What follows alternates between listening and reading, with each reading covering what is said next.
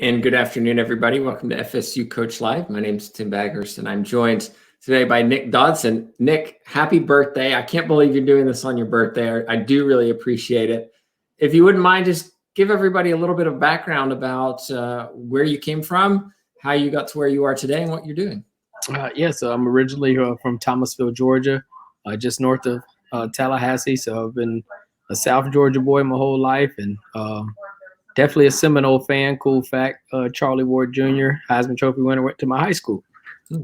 So I always kind of grew up a Seminole and played actually for Charlie Ward Seminoles, as he had an all-star rec team when I was little. So I got a lot of ties to that area. So I was excited to be able to join you. So I'm the director of track and field at Southeastern University here in Lakeland, Florida. This is my third season here. Started the program. So it's been really cool to kind of watch us grow over the last few years and the direction that we are headed. And previously I was at Loyola University in New Orleans. I was there for 2 seasons, and then before that, I was at Bruton Parker College in Mount Vernon, Georgia, for 1 season, and then I went to. I started the program at Florida Institute of Technology down in Melbourne, Florida Tech. That was my first job as a coach back in 2012. And then I spent some time there and then decided that I was ready to be a head coach and kind of pursued those opportunities. So you've been around to a variety of different places, and I suspect some of that is challenging, having to up and move time and time again. Here you are starting a program. What's that like, starting something from scratch? It's been pretty cool. Cool fact that I was the first signee ever of the program that I was in college, Shorter University in Rome, Georgia.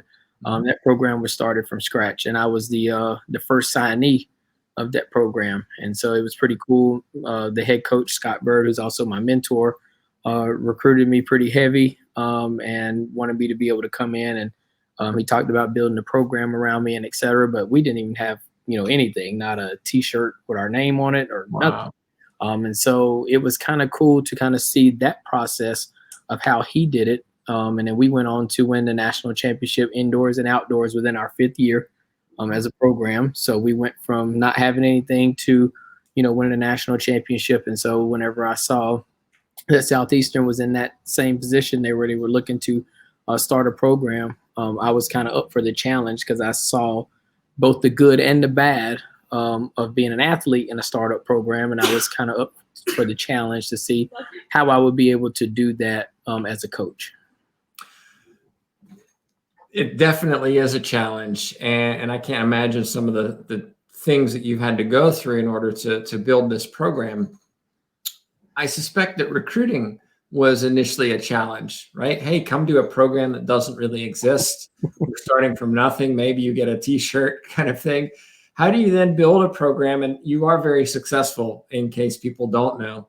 How do you build that program so that you do become successful? What is the recruiting pitch to get people to come be part of something that really doesn't have a historical pedigree? Yeah, it did have its challenges for sure. I'm gonna be honest with you. I started out, I really used my individual accolades as an athlete to really sell, the program to be able to get kids to come to our school, and then also to sell whatever the university had as their mission as well.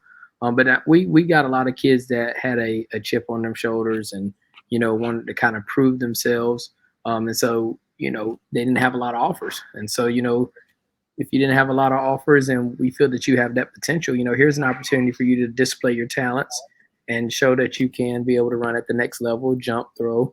And so we really, with that first class, man, we got really lucky. They've really spearheaded this thing and put us in the position that we are in nationally right now.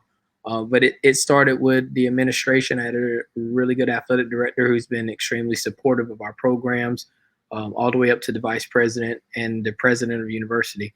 And they kind of allowed me to bring in the staff members that I wanted. And so we kind of have that family bond here within our program.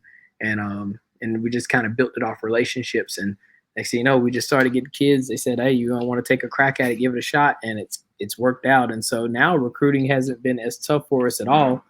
We kind of jumped those hurdles within that first year and a half, but now it's been going really good. Yeah, you mentioned Drew Dodson, your athletic director, and for those who are not familiar, we actually did an interview with him 10 months ago, would you believe? So you can go back and watch some of his philosophy with the academic programs as a whole. You talked a little bit about recruiting, and you said your personal accolades helped. You didn't really talk about that at the beginning. Can you describe what did you achieve in track and field that impressed people? Yeah, well, first and foremost, Southeastern is an NAIA institution, so we're private school, private Christian school, and so I went to a private Christian school as well. I was an 11-time All-American, 3-time national champion at NAIA level. And I was inducted into the NAIA Hall of Fame in 2019, and so I had the opportunity to kind of use those same accolades because I was like an athlete in their shoes. Didn't have a lot of offers. I went to, a smaller high school in South Georgia, Thomas County Central. And, we played football in the South. So a lot of people really didn't pay attention to our sport. And I kind of used that, not just what I won, but my story as well with a lot of our recruits and said, look, here's an opportunity for you to be able to come prove yourself. A lot of people that overlooked you, you can show them, you have a chip on your shoulder. And so I took that and used it along with my individual accolades. And then I brought in one of my assistant coaches who is from Thomasville as well and sold some of his accolades and things that he's done. He went to a smaller school as well, Stillman College up in Tuscaloosa, a Division II school, where they're NAIA now, they were Division II at the time, and said, look, this is what we did. This is what we went through. We went through the same things you all did. Here's a chance for us to really prove that we can do this and we can build this from scratch. And athletes started buying into it, but we brought in really good kids that were solid academically as well, fit the mission of the university, was here to be a student first because that's our motto of being a student athlete, not athletic student. And so they bought into it, and it's kind of propelled us to where we are now, where recruiting, like I said, has not been tough for us. We're losing out to kids, and then we're losing out to recruits to maybe UCF or FSU and some of these others now. Well, we've also got some of these kids over those schools as well. So we put ourselves in pretty good position here the last couple of years. Did you run? Were you like short distance runner, long distance runner? What did you actually do? So I was kind of all purpose. I did kind of everything, but my specialty was the 400 hurdles. Okay. That's what I was a national champion. National champion in was the 400 hurdles. But I kind of did everything. I could run 2, 4. Didn't do any jumps or anything like that, relays and stuff like that. So the reason I'm asking is because as a head coach, track and field is a multidisciplinary field. It's almost a pun, but when you look at how many different disciplines are in track and field, you have to have an understanding of a variety of things which don't always fit together. Yeah. So you have your discus thrower, you've got your high jumper, you've got your pole vaulter, then you have your 10,000 meter runner. How do you as a head coach connect with some of those athletes where you may never have done that discipline, but you have to coach them? How does that work? Yeah, so first and foremost, it's very similar to football. As you see in football, they have a lot of different position coaches, coordinators, and et cetera. Our sport is very similar to that. And for me, I'm the quarterback. And so the quarterback is supposed to know what everybody else on the field is doing. And that's kind of how the head coach operates in track and field. So I have a very broad, mind when it comes to all the events. So I know every event at the track. I know some sort of discipline in it. Now, but I have really good position coaches that go a little bit more deeper. So I have a throws coach who I know about throws. I just have a position coach that knows more. And so if I had to step in, I could. Same with our distance runners, same with our jumpers. Now for our team, my specialty, my groups are I coach the 4x4 relay. I coach our jumpers. I coach the 400 meter runners and the hurdlers. So that's what I'm in charge of. And then our sprints coach, Coach Hightower, coaches our 100 meter group, 200 meter group, and the 4x1. Coach Kurtz takes care of our mid distance group from 800 all the way up to 10,000. Coach Lambert takes care of our javelin throwers and our multis, and then Coach McKinney takes care of all the throws. So we've kind of got it split up pretty good where, it's there. But if I ever needed to step in, I definitely could. And we've kind of built that. So what I do is we practice at all these crazy different times based off class schedules. Mm-hmm. And I try to make sure that, at least once or twice during the week, I'm at someone's session. I'm watching, I'm monitoring, seeing what they're doing, and et cetera. And it's worked out well because we've kind of built our program on relationships. And so the athletes understand the scenario we are in as far as where we can practice, what times we can practice, and et cetera. And they've just bought into it.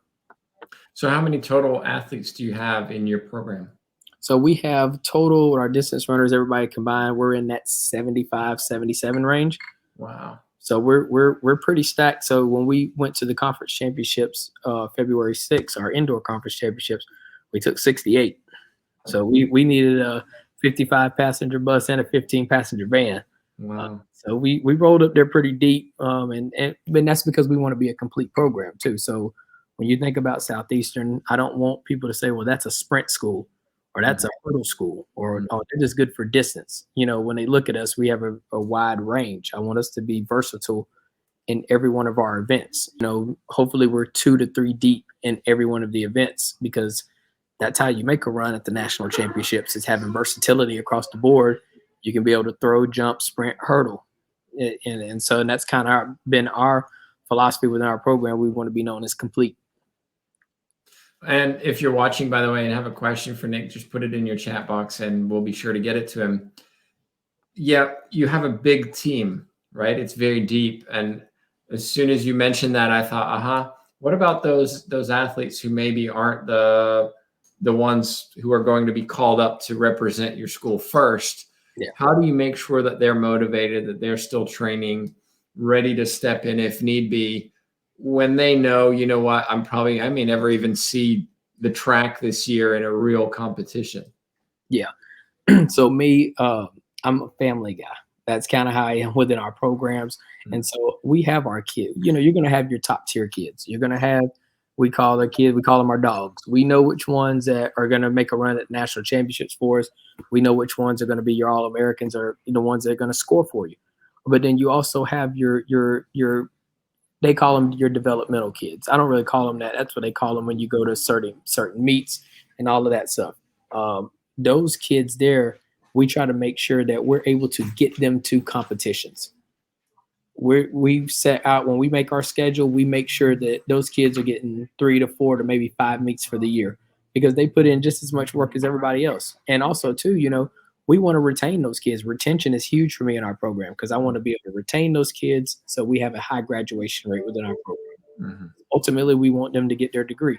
But in order to do that, we have to show our appreciation that they are putting in the hard work and they're waking up for weights at 6 a.m. 3 times a week. And they're out there in the sun cooking just like everybody else. And so we want to be able to give them an opportunity to be able to compete as well. And so we treat everybody the same within our program, whether you're a national champion or you're a kid that's just trying to make it to the conference championships. And so when we're level and consistent that way, I feel like that puts us in position to have the success we're looking for. It can be national championship success, or it can be a kid just saying, look, I just want to get a personal best for the first time. We treat all of those accolades the same. Having been an assistant coach and now head coach, director, you've seen a lot of different roles and responsibilities. And if I was to guess, I would suspect that what gives you most pleasure is when you're out there on the track working with athletes, right? I see the smile. We all know it's true. That's what we love to do. But I suspect as well, that's only a very small portion of your job. Man. And behind the scenes, there's a lot going on. Can you, for those who maybe just don't know or about track and field, or maybe interested in getting into coaching, let's talk a little bit about the realities of coaching. And it's not what you always want to do. Yeah. And I'm glad you brought this up because, I think a lot for the future coaches or the future head coaches, I call it the 90-10 rule. I'm telling you, the practices and the competitions is about 10% of the job. Mm-hmm. And it's because you have to go through and you got budget meetings and you have to meet with your athletic director with one-on-ones, and you have to manage their academics, and there's a lot that goes into it, and you're like, well, then you got to manage because they go through a lot of things, so mental health, and it's so much that you have to do that does not involve. When they tell me we got practice, if we have practice at 6 a.m., I'm locked in and I'm jacked up for it because I'm like, man, this is recess. This is where you have recess. Like, you get to go out and you have fun, you get to watch them compete, and then when it's over, you're like, oh, back to the drawing board. Because as being the leader of the program, it requires so much more. We're doing eligibility certificates, making sure everybody has all the correct amount of credit hours.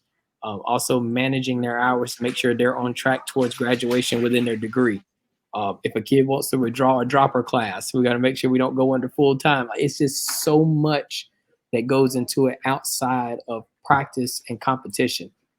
Planning for a track meet. Oh my goodness, if we have like a 2-day meet, let's say we come up to the FSU relays. Oh my goodness, just coming from Lakeland, it requires so much. You got to schedule a charter. We got to make sure we have hotels. We got to make sure we have meals figured out for when we're at the track, or the bus driver needs to stay back and get rest. And so we don't have a ride. So can people deliver? Like, it's just so much that goes into it that you wouldn't think of. Now, is it rewarding? Yes, because you embrace that process because you realize there's going to be something good coming at the end because you're putting in all of this work. And that is maybe that student athlete getting their degree because they're the first person in their family to go to college. Them never winning anything maybe in high school and they have a chance to win a conference championship for the first time. All of that builds up to that. So yeah, it requires a lot. It's 90-10 for me. 90% of the job is not at the track. Yeah. Yeah. Looking back then on what you've accomplished so far, rather than me asking you about regrets, are there things that you wish you had known earlier that would have helped you become more successful or more helpful to your athletes, or anything like that you feel others should be aware of? I think for me, it's my roles as an assistant, and it was tough my first part as an assistant because I don't want to say I wasn't prepared, because I don't think anybody's ever really prepared to be a head Agree. coach until you get into the job. You really adjust as you go. But I wish I would have been able to do more hands-on stuff as an assistant to prepare me. So, like, now what I do with our assistants is I push a lot of things off to them because I want them to be able to garner that hands-on experience to kind of see what goes into this, whether it's, like Coach Hightower, he runs all of our eligibility stuff. So make sure everyone is signed up through the NAIA Eligibility Center and making sure they got all their transcripts turned in and test scores in from the ACT or SAT, like a lot of that stuff, because I want them to be able to see this is what it's going to require. Now, I'm only letting you do a small percentage of the position because ultimately it's going to fall back on me if things don't go the way they're supposed to go. But I want you to get a taste of it. This is what it requires.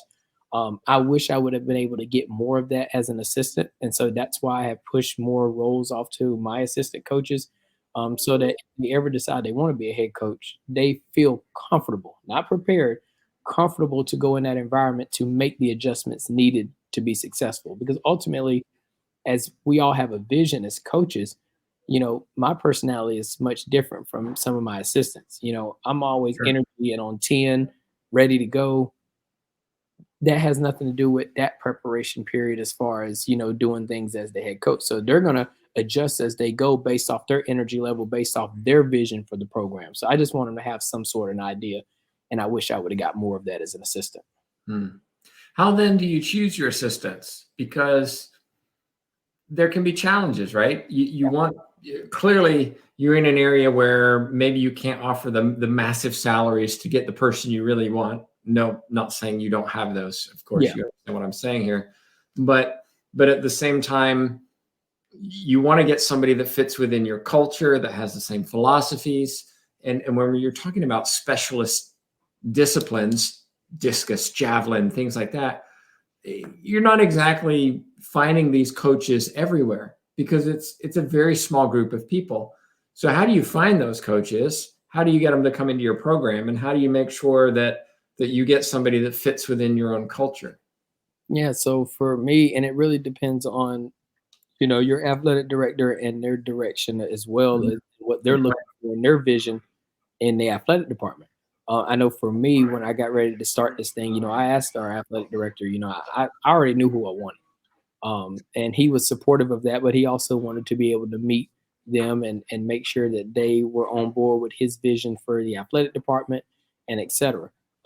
So when I knew who I wanted, which was, Chester Hightower was the first assistant that we hired, is because, we grew up together and played rec ball together with the Charlie Ward Knowles, and we went to high school together and we was on the same track team. So our personalities are much different, but we had the same vision and goals.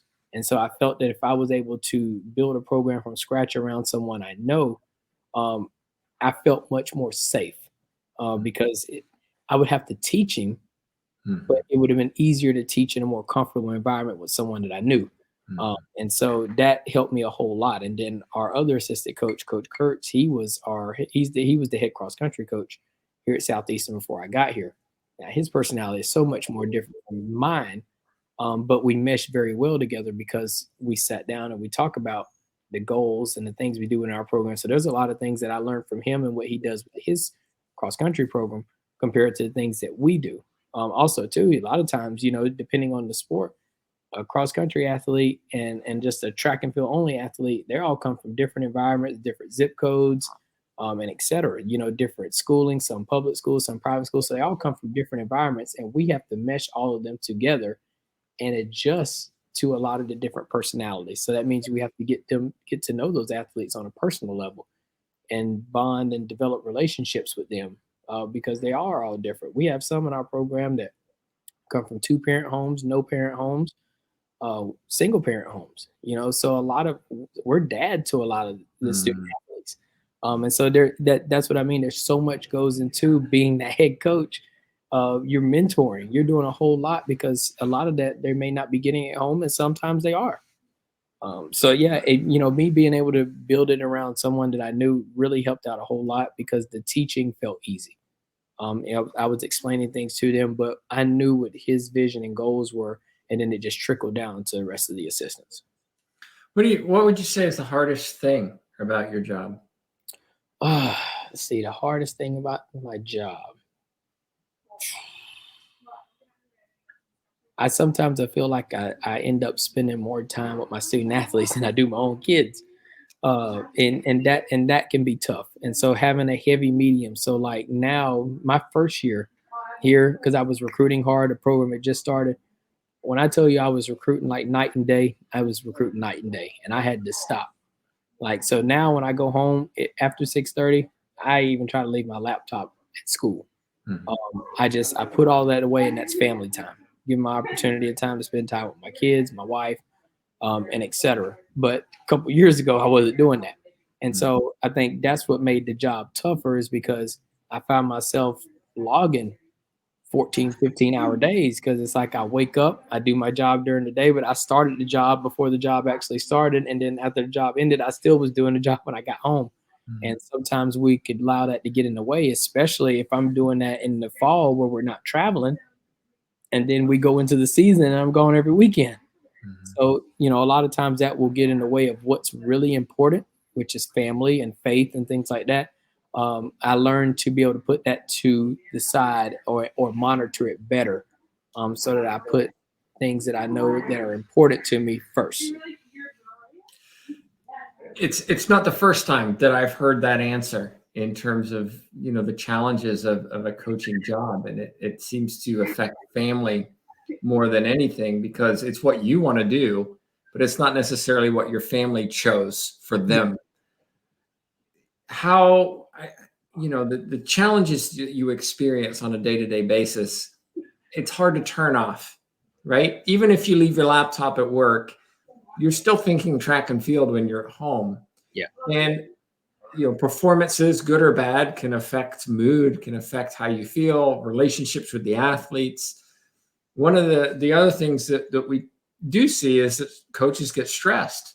Yeah. Right? They experience stress and they may not find a way to release that stress. Have you found a way that allows you to kind of decompress and just kind of realize that this is still even though you care deeply about your athletes, it's still a job and life goes on, even if bad things happen in your job.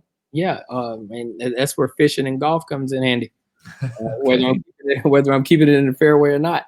Uh, those were, we find ways to just kind of unwind, and you're able to kind of, like, I love fishing and golf is because a lot of times you'll be out there and it's just you or you and a buddy in a fairway and you just hear the birds chirping. And, it's just like there's more to life than just being competitive and winning championships. And so it gives you an opportunity to unwind a little bit, or just going on walks with my wife around. We have a huge lake here in Lakeland. And so just trying to just do something different and get out of scenario. Also, for me, what I've learned is to kind of unwind a little bit, because we spend so much time with our job and doing so much. I've learned to, when I'm doing my own thing, stop wearing the logo and the colors, even if I'm not at school. Mm. It's something different that I did this year. So, like, if I'm going out with my wife or we're going out somewhere, sometimes we just, you grab the first thing. It's like, oh, well, like right now I got like the Southeastern top. Sometimes Right. I just grab the t-shirt, put it on. Sometimes that trickles my mindset, and I'm like, man, I could. Yeah, I saw that kid on Twitter. I need to message him. Just kind of follow up. But when I don't, I change my color scheme. So, like, the other day, I had on like royal blue shorts with a white polo. It literally took me out of Southeastern mode. Like, don't do anything Southeastern today. This is like family time. Like, took me completely away. So I've kind of like changed up. It's something new, and it's actually worked for me. Uh, Mm. where it's like I just changed up the color scheme and Mhm. changed up what I was wearing and et cetera, to kind of take me out of that mode. Because when you put it on, it's like, oh, it's go time. That's what we do. And you'll find yourself in that go time all the time, just because you're rocking the logo and the colors. And so I've Right. kind of changed that up this year. Right. And it may also stop that visibility of those conversations of people in the restaurant. Oh, are you, an athlete, or are you a coach? Or it stops some of those, right? Yep, I went to an AAU meet. I actually went to an AAU meet. It was a few weeks back, and Coach Hightower's daughter runs. So I went to go support his daughter and son. And I told my wife, I said, "Look, I'm not wearing anything Southeastern today, because I know it was in Orlando, and Mm. so a lot of kids in high schools and parents know our program. We have a really good program, and so I'm glad that we have a good program, and I'm glad that they want to reach out. But I know if I come out there with that stuff on, oh, you're the coach of Southeastern, and then it's going to take away for while I'm really there. Like, I Mhm. wasn't there to recruit at all. I was there to, support his kids and just have some time with my wife. The good thing is, cool thing about my wife is she loves track and field. Mm. She ran at Jacksonville State in Alabama. She was multiple time state champion. So she understands my schedule. Thank goodness. Oh, You yeah. some that they marry into this and they don't understand the schedule, and they're like, wow, what did I get myself into? They're always gone. They're having to do this, and this. So, great thing for me, I have that person that understands it. But even because they understand it doesn't mean I take advantage of it. And so that's where I was like, okay, color scheme, nothing Southeastern today because they're gonna come running. And so it's really worked out this year, and I just started that this season. I was like, man, I was like, what can I do different this year? Coming off of COVID, what can I do different? Because I had a lot of time to think. We had no outdoor season all the way till fall, and that was one of the things that I did differently this year. It's a great point, and I never really thought about it like that. But even this weekend, I was up in Georgia wearing, my FSU coach hat, and it started a conversation in the hotel because the person next to us at breakfast was from the University of Florida and had to say something, Oh, right? I know they had to say something. So they had to, and that can be a good thing, right? Because you can, hey, this is what we're doing, and who knows where that conversation goes. But at the same time, I wasn't there for work. I was Yeah. there for family, and that takes away from the time I have with my family. So that's a great point. Just thinking as a whole, in closing, looking at the coaching profession and maybe those who are coming up in the coaching profession or looking to get into coaching, what kind of advice would you offer those people? Uh, you know, really, for me, and what I found myself doing when I got into coaching was I went around and I shadowed and just watched other coaches, and even in other sports, because even though our sports are different, they still tie in the same somewhere. And so I kind of just watch different coaches in different sports and their philosophy. Because you can look at a coach's philosophy based off their body language and energy and what they do around their team. They don't really have to tell you. You can see it, and then you'll watch how their athletes respond to them, and you'll know. You may not know the exact breakdown point, but you'll have an idea. So I think for me is being able to tell a future coach, say, look, go to a track meet, look at some of the top teams in your sport, and say, okay, let's go take a look at them. Like Bob Brayman at FSU. A lot of respect for Bob. I see how he does things, and et cetera.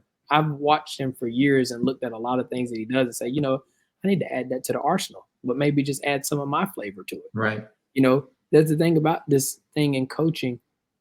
It was created by someone, but no one's really recreated. It's all the same. We're all playing the same game. We just do it a little differently.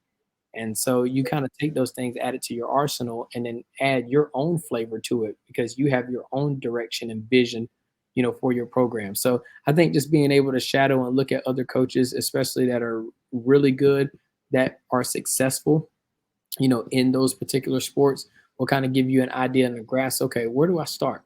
So like for me, my journey of starting a program from scratch was totally different from someone that is going to a program that already has rich history. The expectation is different and et cetera. Sometimes it's a little bit more pressure because it's like, well, the coach before here won a whole lot. And so sometimes it may take you away from your actual vision because it's like they're expecting you to win now because that's what that program did. So all the scenarios and situations are a little different, but it finding the best place for you will help you be successful. So, if you go in for an interview and you sit down with that athletic director and et cetera, and you ask as many questions as you can, that's what they're there for, because they're going to ask you a bunch of questions because ultimately they're interviewing you, but you're also interviewing them because you can always say no. Just because they bring you in for a job opening does not mean you have to say yes. It's an interview on both sides because you want to make the best fit for you and your family as well. I was telling one of my buddies that the other day. He said, "Man, I got an interview. I got to the table, but I don't know. Should I go? Don't feel pressured to go with it because you both are interviewing each other. Same thing we do in recruiting. Those athletes are interviewing us, and we're interviewing them. They want to make sure it's the best fit for them, but we want to make sure it's the best fit for us, and that's how we meet in the middle." Yeah, it's a great point. I'll kind of counter that with sometimes the pressure is that you do need that job, right? Yeah. And sometimes you have to take that job, even if it's not an ideal fit, Yeah. especially that first job.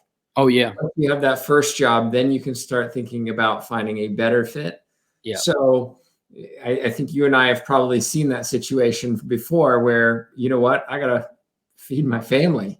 Yeah. And I have to go somewhere I don't necessarily want to go to, or take a salary that I don't necessarily like for the sake of building a program or building my resume and growing from there. Oh, yeah, I agree. I know my first job at Florida Tech, it was definitely a place that I wanted to be. And I still talk to a lot of those people there. The salary actually wasn't to my liking, but I needed to get my foot in the door and I needed to be able to get that first opportunity to get something on my resume and get some things built. And who knows, it probably could have been a long-term job. I actually loved it in Melbourne, but God had a different vision. But yeah, I agree with you 100%. I loved everything about it. It's just the salary was like, yeah. You can't be too picky at this point. Here's an opportunity. You've always asked for opportunity. Here it is. What are you going to do with it? Yeah. And then also too, and I'll add towards the end here. People look at the amount of success that we've had in the last 2 to 3 years, and people are like, man, I want to be like Nick. Do what that program is doing. They're rocking it. Both programs are nationally ranked. The guy wins Coach of the Year about every year. But before 2019, I never won a team title. Before 2019, I never won Coach of the Year, ever. My teams were, we've been runner-up a couple times at the conference championships. I had a few All-Americans here and there. Never no national champions. All of this has occurred since the program started at Southeastern, which our first season was 2019. So all of these things have happened in a stretch of 2.5 years. And so but I started coaching at the end of 2011. So if you look at, my social media and you look at the things that we've done within our program, you're like, man, if coaching is like that, I want to get into it now. It is a work up process. It is not what it looks like. It is a lot that goes on behind the scenes, and it can take you a decade or more just to see one accolade. So if you're in it for the accolades, you're in it for the wrong reason. Yeah. You should be in it to, make sure that, you're guiding those student athletes in the best position to be successful. That means getting their degree and, being at their wedding one day and, seeing their kids on social media and et cetera. That's the more rewarding part for me because ultimately those championships get dust on them. Yeah. Not too many people remember them 50 years from now, but you do remember the relationships that you have with them and the impact that you had. And so that's the one thing I wanted to give a young coach that is looking. If you're looking at my page, don't get too excited because it could take a while, to get there, but you have to be consistent and trust the process if that's what you really want. And those things will come eventually because you'll get an opportunity to work for an athletic director or a university that has that exact same vision as you and going to give you the resources needed to get there. Great advice and a great perspective. Nick, thank you so much for joining me. If somebody watching in future has a question for you, what's the best way for them to get in touch with you? You can, I'm good on Twitter. So at coach.5084. Also to my email address, ngdodson@scu.edu.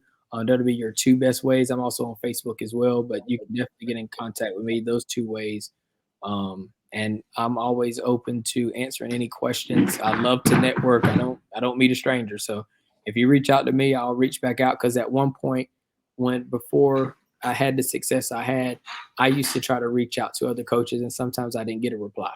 So I've always told myself if I ever get to that position, I would want to reply back to as many people as I can to help the next person get to the level that they're trying to get. Yeah, I know that feeling for sure. Well, Nick, thank you once again for joining me. Of course, if you haven't yet subscribed to the podcast or YouTube channel or Facebook, be sure to do so on FSU Coach. But on behalf of myself, Tim Baghurst, and Nick Dodson, thank you so much for watching.